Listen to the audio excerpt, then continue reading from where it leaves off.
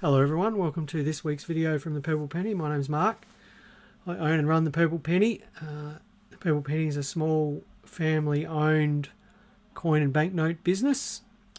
Basically what we do is buy coins, banknotes and collectibles over here in the counter in our shop in Mawson Lakes, and then we sell them in our shop or through our website, thepurplepenny.com. The shop here just had its 7th birthday, I believe on Friday of last week, so 7 years, Friday last week. It was always interesting to see the pictures of the shop from day one, how empty the shelves are. I will try to take a picture when we're open on Wednesday and match the angle from the opening day photo, just to give you an idea of how much more is here in the shop right now.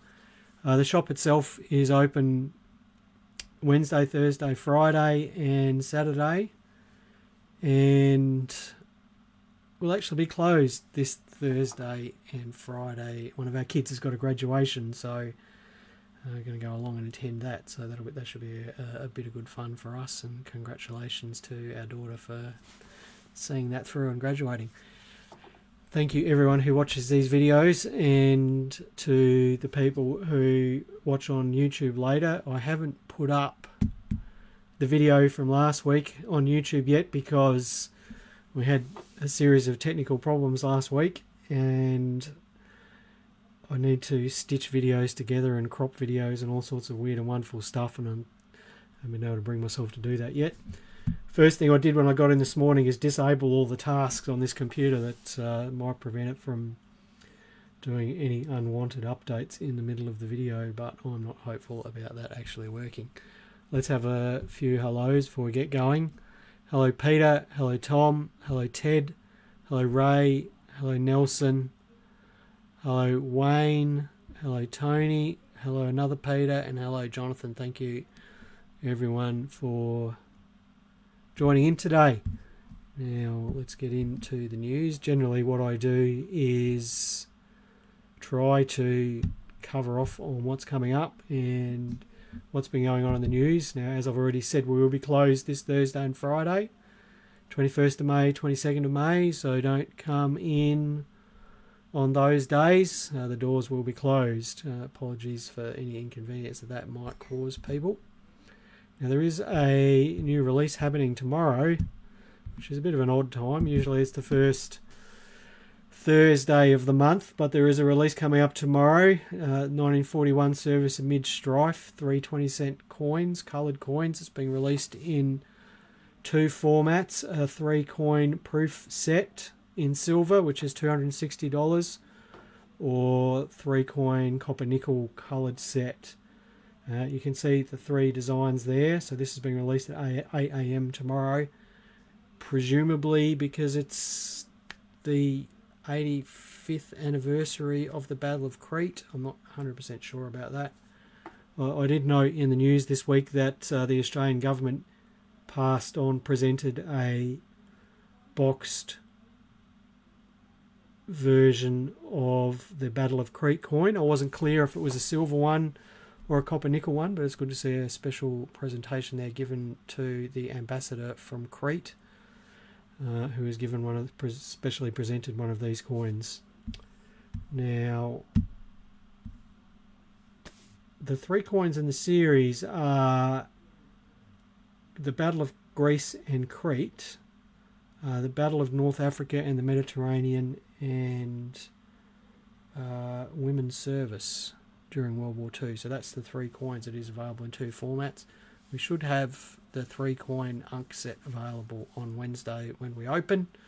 Perhaps up on our website too, depending on how we go getting that listed. So if you are interested in those releases, do feel free to reach out to us and we'll do our best to help you out. Now, let's have a look at some stuff in the news here. Peter Andrews was happy enough to, and look, I've half done this slide. That's very disappointing on my behalf. Peter was happy to supply us with the sales graph for the Bluey Silver Proof, and he said that there's been about 420 sales of the Silver Proof so far after release day on eBay. So these results are from eBay, and at the moment there's somewhere between 300 and 350 silver proofs up for sale on eBay, and you can see there that the price has flattened down to around about $300. That's the release the current price on the secondary market on a release price of $115. And as you probably know, this coin and all the other Bluey releases from last week, the week before, were primarily Australia Post releases. So the vast majority of the stock was released through Australia Post and their website and their post offices and things like that.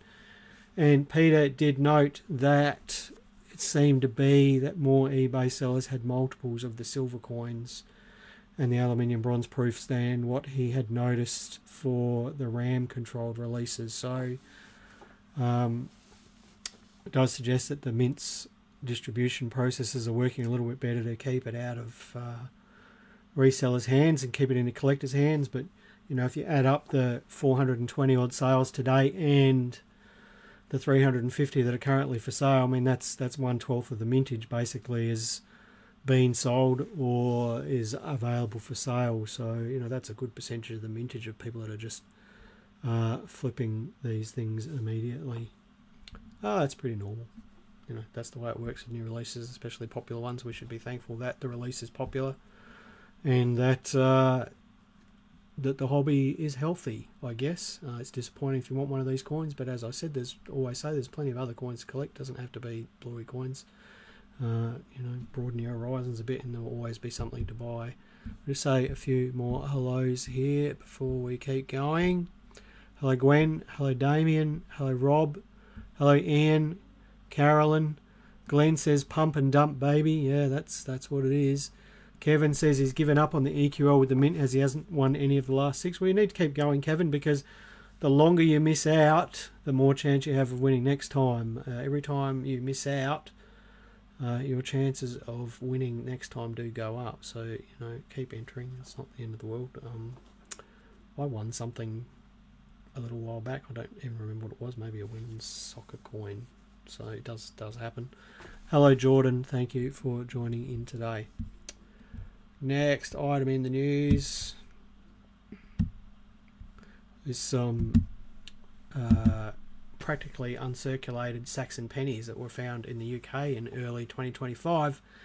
14 silver pennies, which is equivalent to about £1,000 today, or 2 weeks' pay. So someone has buried 2 weeks' pay. They were found on the old Roman road between Chelmsford and Colchester. And all the coins were struck for King Ethelred II.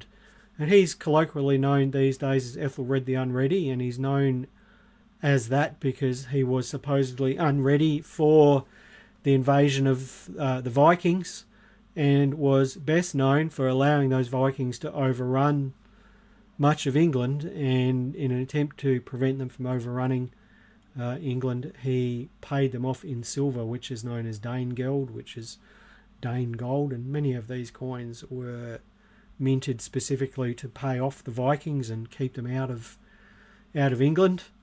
You do wonder how 14 practically as struck silver pennies ended up on the side of the road. You'd imagine either someone's purse has split or perhaps was hidden for safekeeping. Of course, we'll never know. But quite amazing that 14 practically uncirculated silver pennies can be found on the side of the road still in the UK with so much metal detecting going on there. Wouldn't it be great to be able to find that here in Australia, that sort of stuff? Hello, Ronalyn and Taz and Mick and Michael. Thank you for joining in. Now, the ABC released a podcast a couple of weeks ago and an associated print article about David G. And David G is Australia's best known coin forger. He was active in the 1960s and 70s. His activities were brought to a halt in the early 1980s, and there is a great book about his activities called The Story of David G, Australia's Most Audacious Coin Forger, Heads I Win. So David G was a Chinese stamp collector and coin collector, and his best known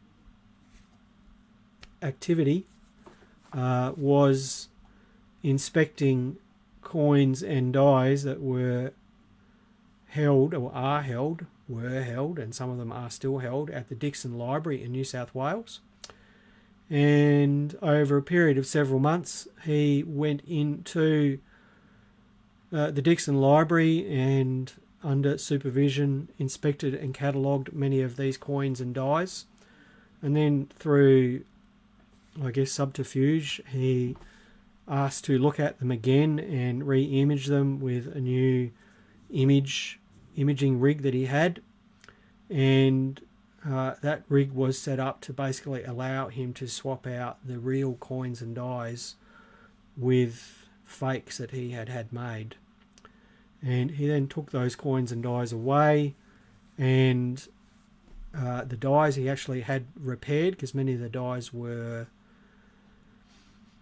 defaced. He had them repaired and was striking off restrikes of these things, and a lot of them he was keeping for his own collection, but then a lot of them he was distributing out through auction houses around the world under many of his aliases. In fact, he had more than 70 aliases. Now, he did a similar thing at the Mint, the Royal Australian Mint, it's believed. And it's believed that, you know, even though this wasn't actually proven, that the controller of the Mint at the time gifted him with items from the collection of the Mint. He certainly got his hands on things that, you know, he shouldn't have from the Mint, and it's not clear how that happened.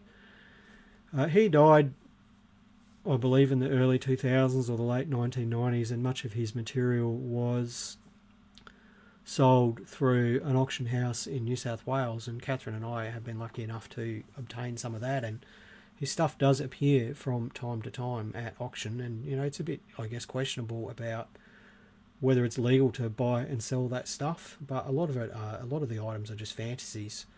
And the dies that he made were made beautifully, and in fact that one that you can see there, it's a 1937 penny die, was on display at the Royal Mint, the Royal Australian Mint in Canberra several years ago, and was a David G fabrication. So this stuff is still in collections, believe it or not.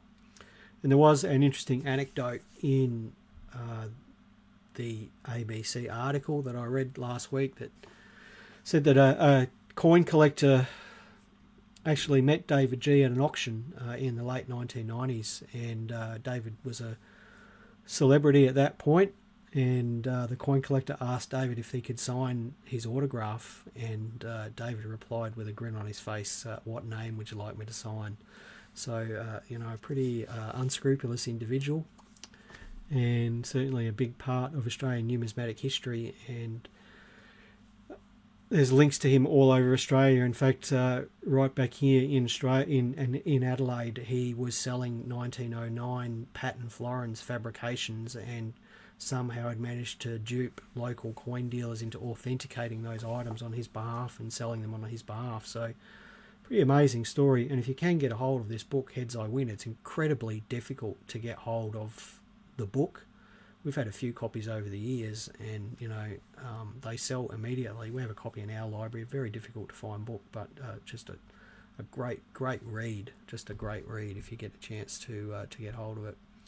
We'll just read a few comments here before we continue on. Rob says it's a great book. It's a good read. David says it's impossible to get a copy. He'd love to get one. Hello, Steve. Wendy says it's a fabulous podcast and worth listening to. History or Hoarding by Annabelle Crabb, episode 3. So if you do want to just Google that, you can listen to that online. Peter Andrews says, ask Tony Byrne what he thinks of David G. So Tony Byrne is a Canberra-based coin dealer. I believe he's still alive. But for many years, he was the numismatist at the Royal Australian Mint. And Tony has very strong opinions on David G. Damien Walker says some coin club libraries have copies of the book. So, yeah, great book. I must reread it. Now, what have we got next in the news here?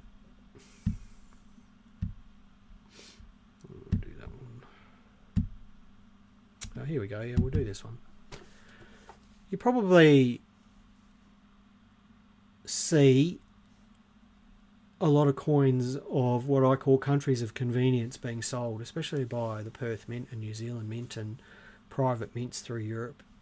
And one of those countries that you might see all the time is Niue. And apologies to people from Niue if I'm butchering how you say that name. And I'm not even sure what the collective noun for a people from Niue is. But Niue is well known for issuing coins. And in fact, over the years, more than 8,000 different collector coins have been issued under the name of Niue. And that process first started in 1987, and it was first started by the Pobjoy Mint, who are a mint in the UK. And the process of issuing collector coins from countries of convenience actually started in sort of the 1970s with the Bahamas and New Guinea and places like that. I just thought it'd be interesting to have a look at Niue, because Niue is a tiny country that only gained its self-governance from New Zealand in 1974. It is part of the Dominion of New Zealand, I believe, and the government of New Zealand acts on the government of Niue's behalf in diplomatic issues and things like that.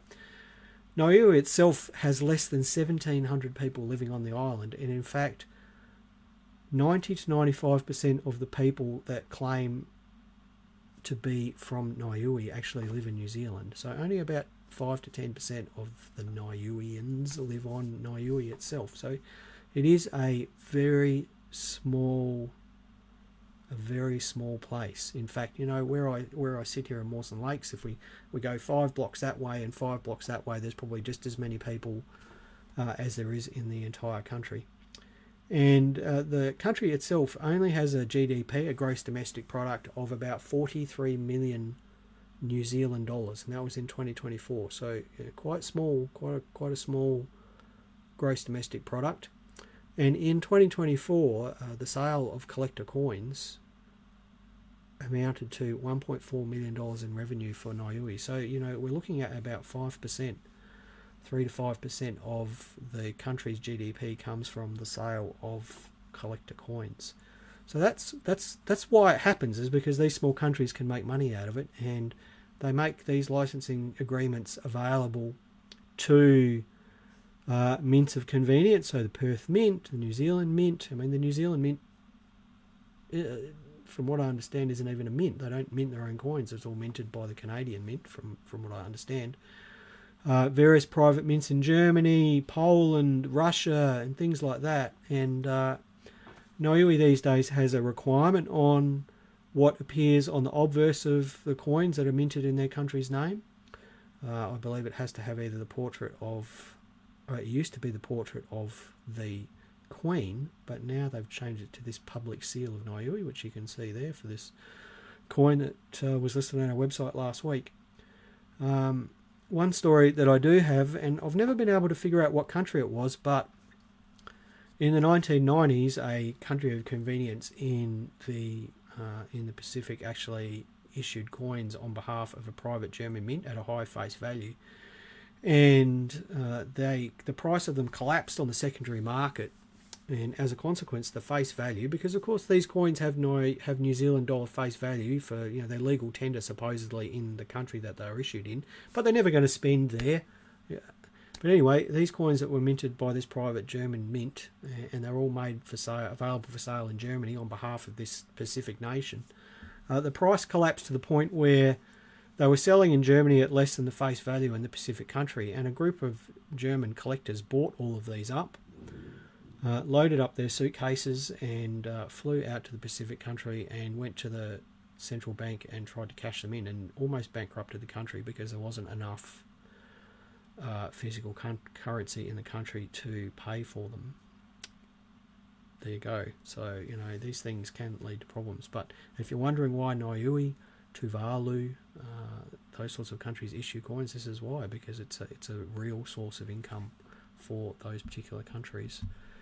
Thank you to... Now, I've talked about this before, and I've been interviewed about this before on ABC Radio, but this was an article on Numismaster, so thank you to the people there who wrote that.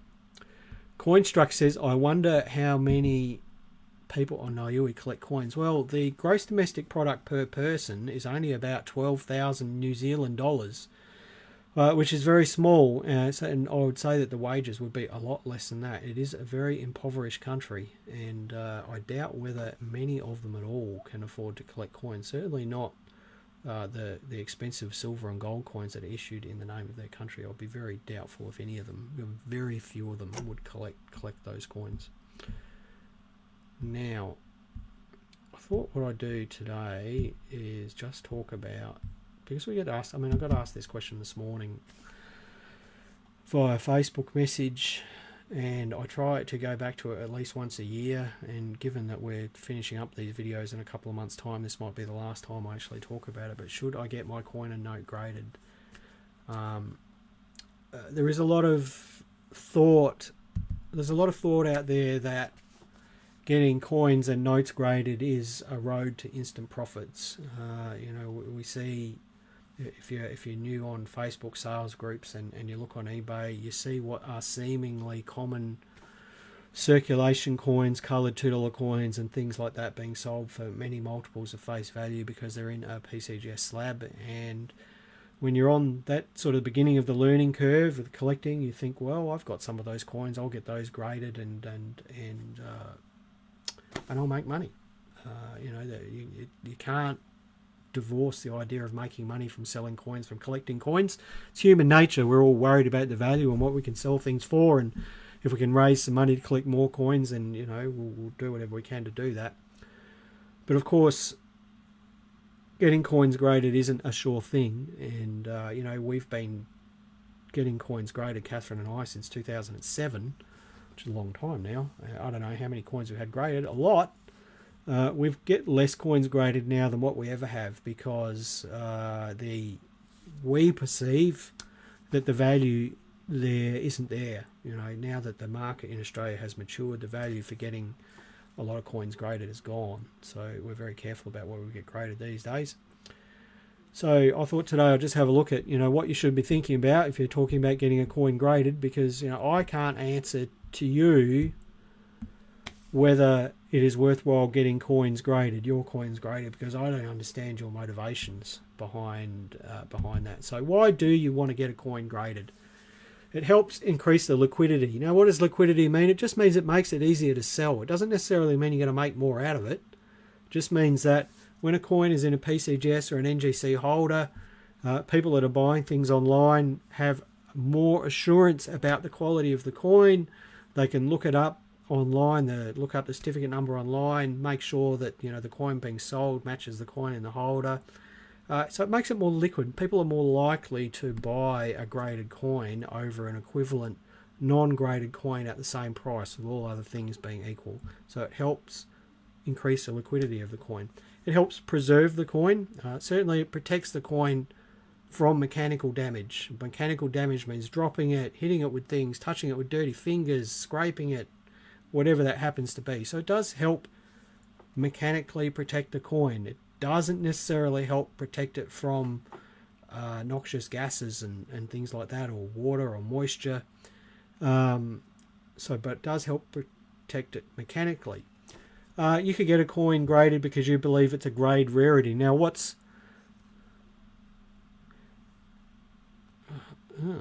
okay. Catherine's just asked a really interesting question.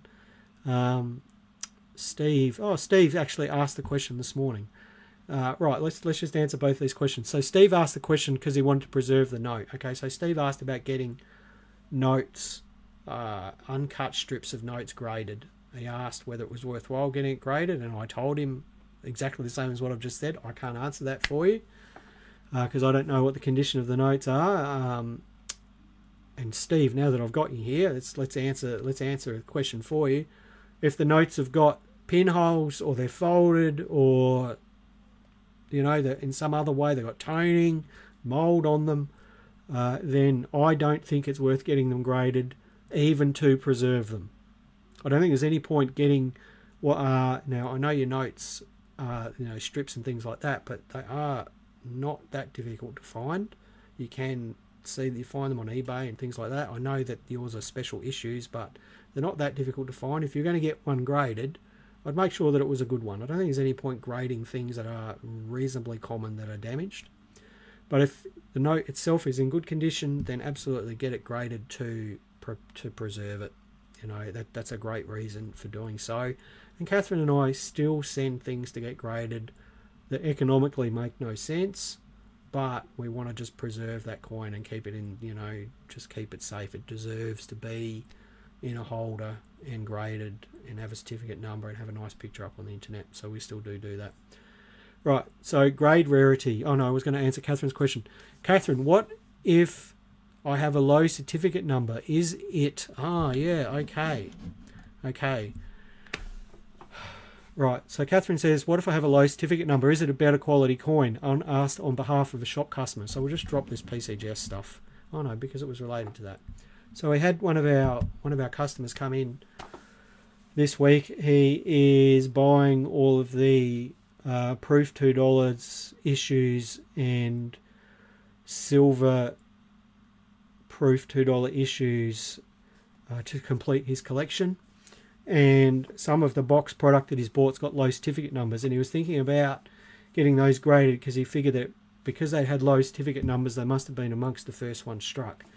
And that is absolutely not the case, because if you go and have a look at the way the mint works with their proof coins, excuse me, trays of unstruck blanks are taken into the proof room. They are struck in the proof room and then presumably sent to a secondary process to have colour applied. And then there's a packing room where the coins, the packaging, the certificates are all married up and put in a box. So there's no guarantee that the first coin package that has, you know, certificate number 1 is the first coin struck. So no, just because a coin has a low certificate number, it doesn't mean that it's going to be a better coin. Thank you, Catherine, for reminding me of that.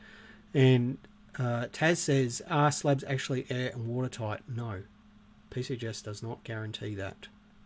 So don't dunk them, please, or aerate them. There are people that have worked out how to gas coins in the slab. So, yeah, no, they're not air and watertight. Right. Thank you for those two questions. Steve for asking the question this morning. Catherine for reminding me of that question we had during the week. And Taz about air and water tightness. So let's go back to slide. Yep.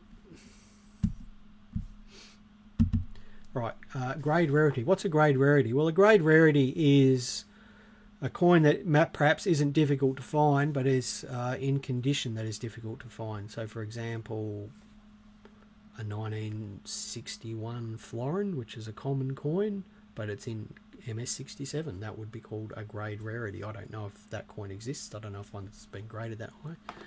But Catherine and I built the purple penny pretty much on finding grade rarities. What does that mean? It means that we used to go to coin shows and coin shops and go through dealers' stock and pick out raw coins, so ungraded coins that we believe would grade highly, send them to PCGS, hope we get the number we want and sell it. That's how the purple penny was built, just doing that. So that's what a grade rarity is.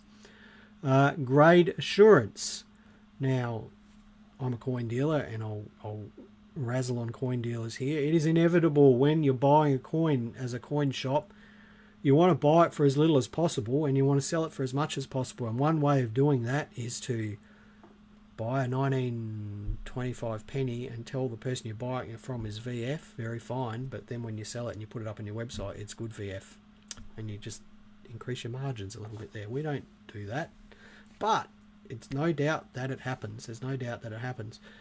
When a coin is in a PCGS slab or an NGC slab, there's no arguing about the grade. It is what it is. It was graded by independent parties who have no commercial interest in what the coin grades.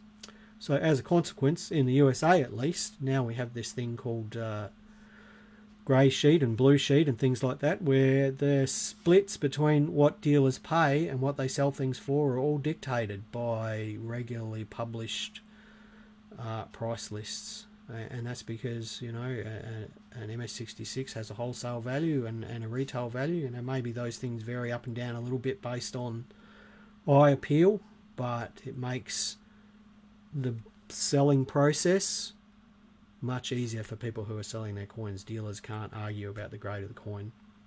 So for grade assurance. And then authenticity. Sending a coin to PCGS, even if you know it's real. So let's say it's a 1930 penny. Okay. You've had your 1930 penny authenticated by people who know what they're doing. And you know it's a real 1930 penny, but you know that if you try to sell that on the secondary market, people will try to tell you, oh, it's not real. There'll be some level of uncertainty there. So you'll send that to PCGS just to have it put in a slab with that 1930 on there.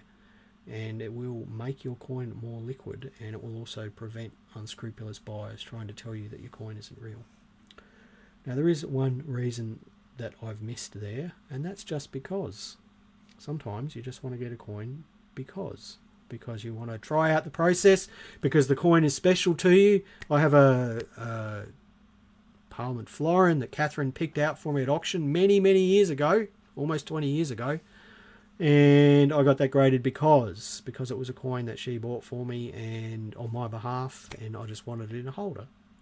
You know, the very first 2 coins I sent to PCGS were just because, not because I thought I was going to make money out of them, but because I just wanted to understand the whole process. We had someone in here a couple of weeks ago whose coins he wanted to get graded. Made no sense commercially to get them graded, but he wanted to just try the process because. So that's a perfectly valid reason. Now, no one is going to hold your hands about getting coins graded. No one. That being said, I believe Eric at Drake Sterling Coins for a fee will look at your coins if you send them to him to get graded and give you an idea of grade and things like that. Excuse me. Now, what do you need to know if you're going to get a coin graded to be able to make a decision yourself? Firstly, you need to be able to grade the coin yourself. You need to know where the coin that you're proposing to get graded sits in relation to all the other coins of that type that have been graded. If you can't work that out, then you're shooting blind. You know, it's purely a gamble. If you can't grade a coin, then you can't make a decision on whether to send it to PCGS or not. Now, what do I mean by that? I mean, you should be able to, let's take a 2012 C Mint Mark Red Poppy, okay?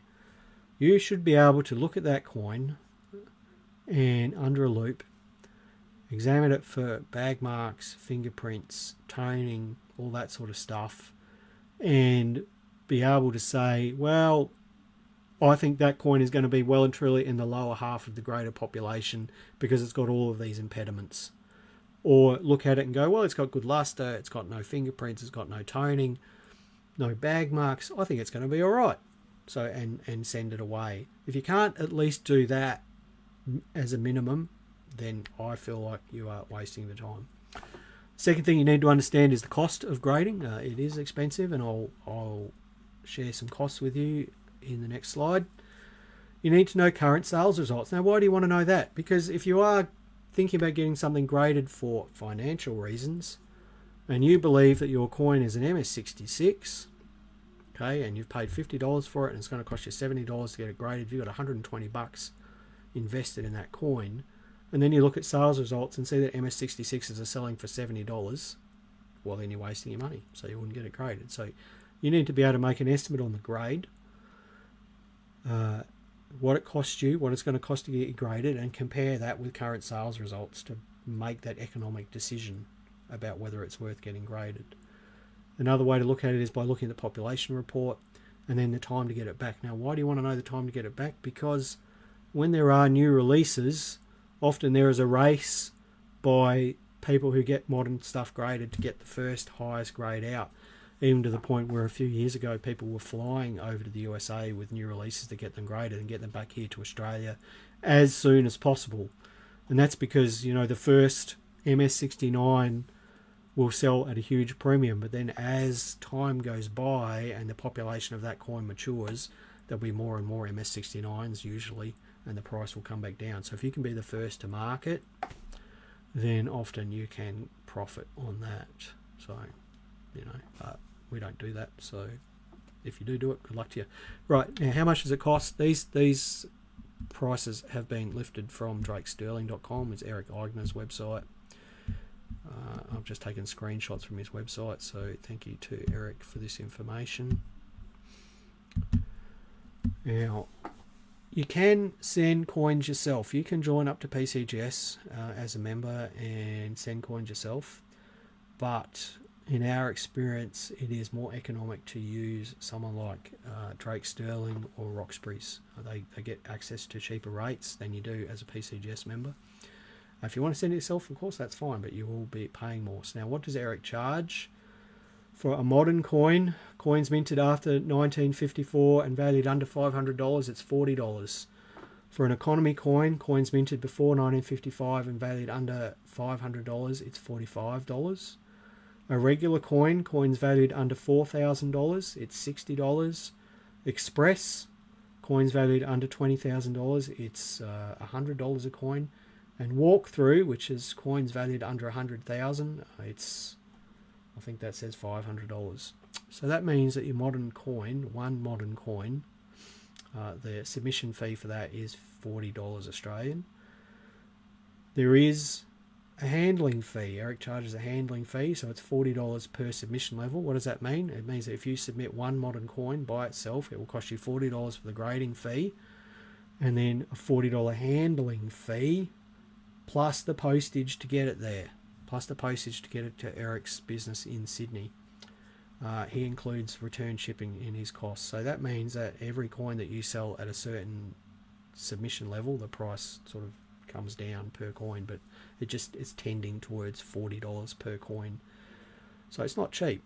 And you know, you will often see graded modern coins selling for less than $40 on eBay. So those people are losing money on them. You know, if they had them graded, they were losing money on them, and that's very normal.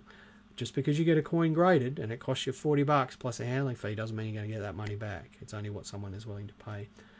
Eric also offers banknote grading services. A modern banknote printed after 1959, valued under $500, is $45.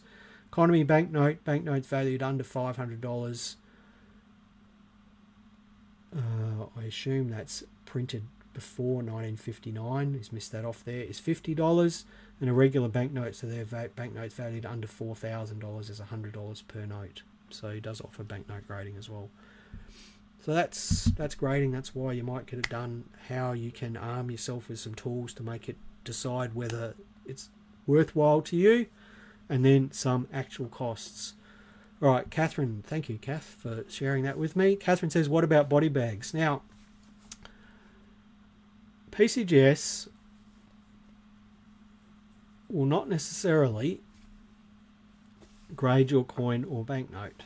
They will provide you with a genuine not gradable grade, and that means that it does not comply with PCGS standards. The most common reason for not receiving a grade is because a coin has been improperly cleaned. PCGS will not grade coins that have been improperly cleaned. It doesn't mean they won't grade coins that haven't been they've been cleaned. They will. They will not provide a grade for a coin that has been improperly cleaned. They'll still charge you to grade it. They'll send you it back in a holder with it might say uncirculated details, code 92, improperly cleaned. So they'll still charge you for that. They will still charge you for forgeries. So if you get a coin graded and it's a forgery, they'll charge you for that, but they won't put that in a holder. They will charge you for a coin that has PVC residue on it, but they won't holder it. They'll send it back in a flip saying PVC residue, but they'll charge you for that. What they won't charge you for is coins where they can't make a decision, and that does happen from time to time. They'll send it back no decision and you won't get charged for that. It is more complicated than just those submission levels. For example, Chinese coins have to be sent as regular coins, even modern ones. You can't get away on the cheaper side of that. So, you know, it is much more complicated. So PCGS just want your money. You know, they just want to grade it or not grade it and charge you the fee. So, you know, body bags are a thing. They're called body bags because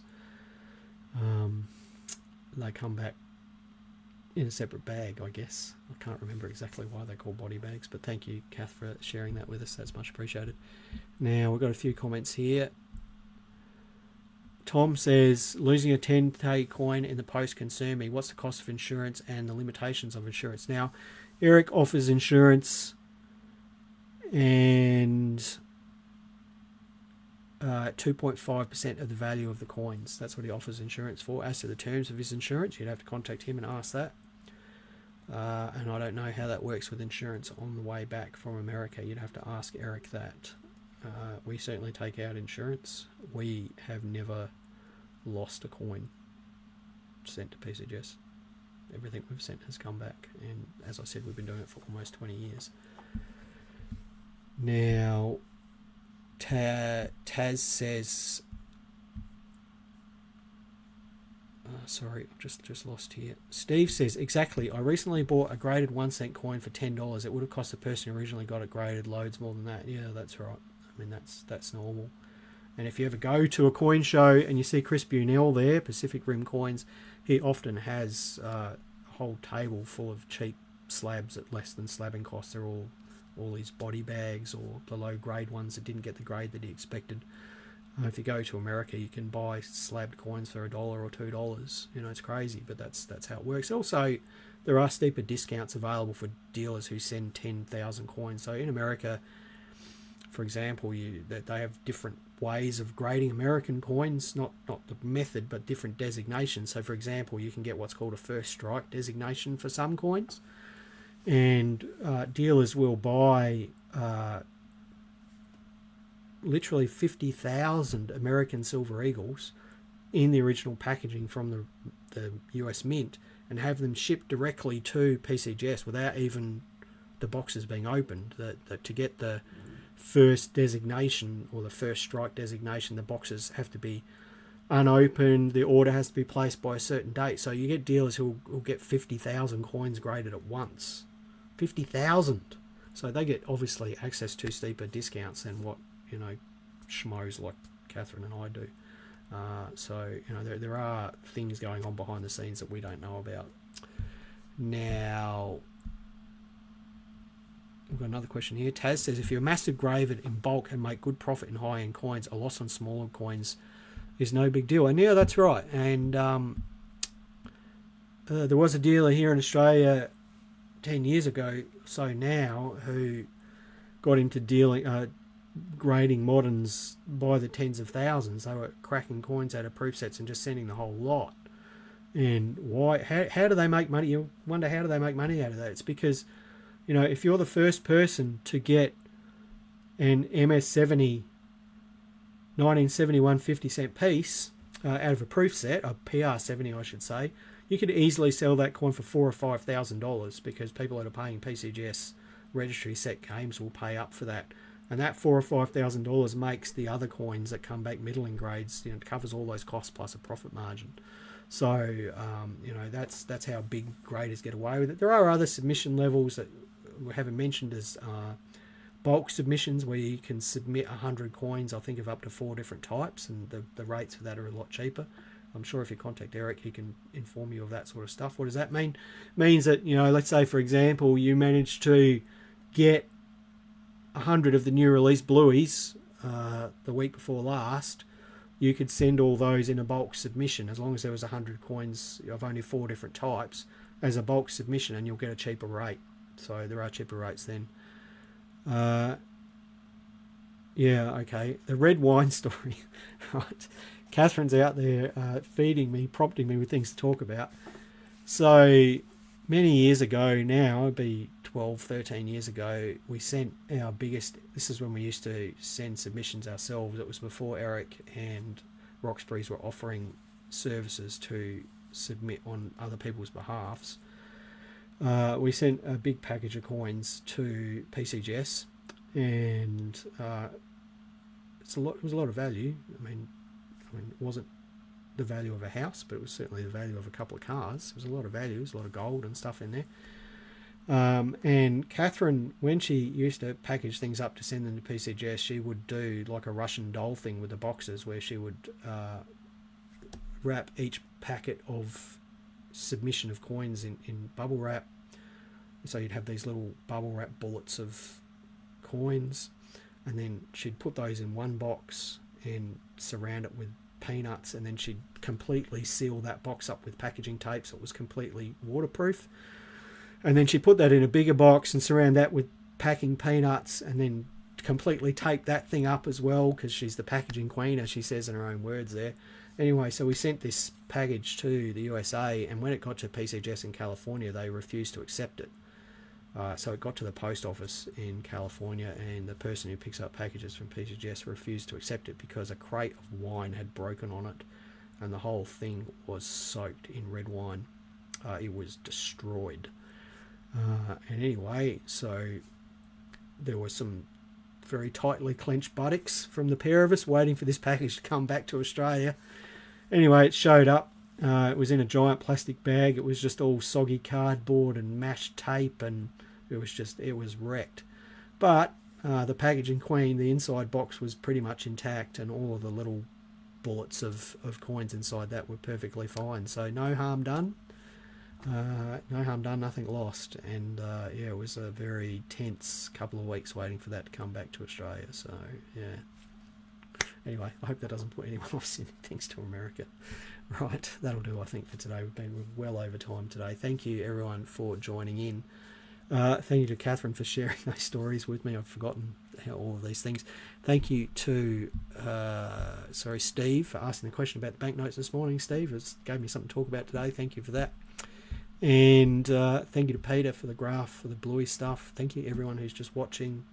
Couldn't do it without you. Thank you to the computer for not shutting down today and having technical problems. And we'll be back same time next week. Don't forget, we're closed on Thursday and Friday. Happy collecting. Stay safe. Be nice to the people you love. And we'll see you next time.